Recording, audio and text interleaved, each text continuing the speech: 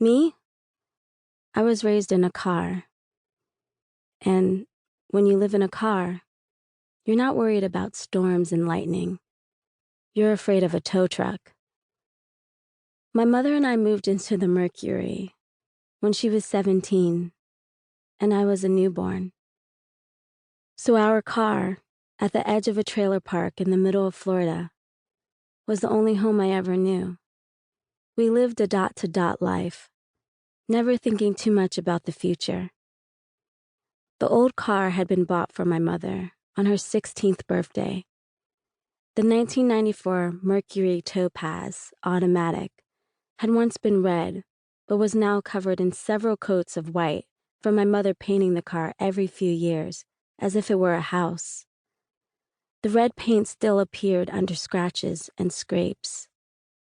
Out the front window was a view of the trailer park and a large sign that read, "Welcome to Indian Waters Trailer Park."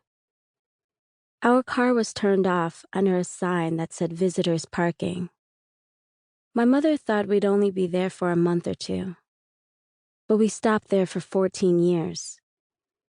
Once in a while, when people asked my mother what it was like to live in a car, she answered, "You're always looking for a shower." The only thing we ever really worried about was CPS, Child Protective Services, coming around. My mother was afraid that someone at my school, or her job, might think they should call the abuse hotline on her and take me off to a foster home. She knew the acronyms that were like the rest in peace letters on tombstones. CPSL, Child Protective Services Law, FCP, Foster Care Plus, and FF, Family Finding. "We can't go around making too many friends," my mother said. "There's always some person who wants to be a saint and sit on a chair in heaven. A friend can become Your Honor in an instant." "Since when is living in a car something you can call abuse?" she asked without expecting me to answer. The park was located in Putnam County. The land had been cleared to hold at least 15 trailers, but there were only 4 trailers that were occupied. My friend April May lived in one with her parents, Rose and Sergeant Bob. Pastor Rex inhabited one all by himself, while Mrs. Roberta Young and her adult daughter Noelle occupied one right next to the dilapidated recreation area.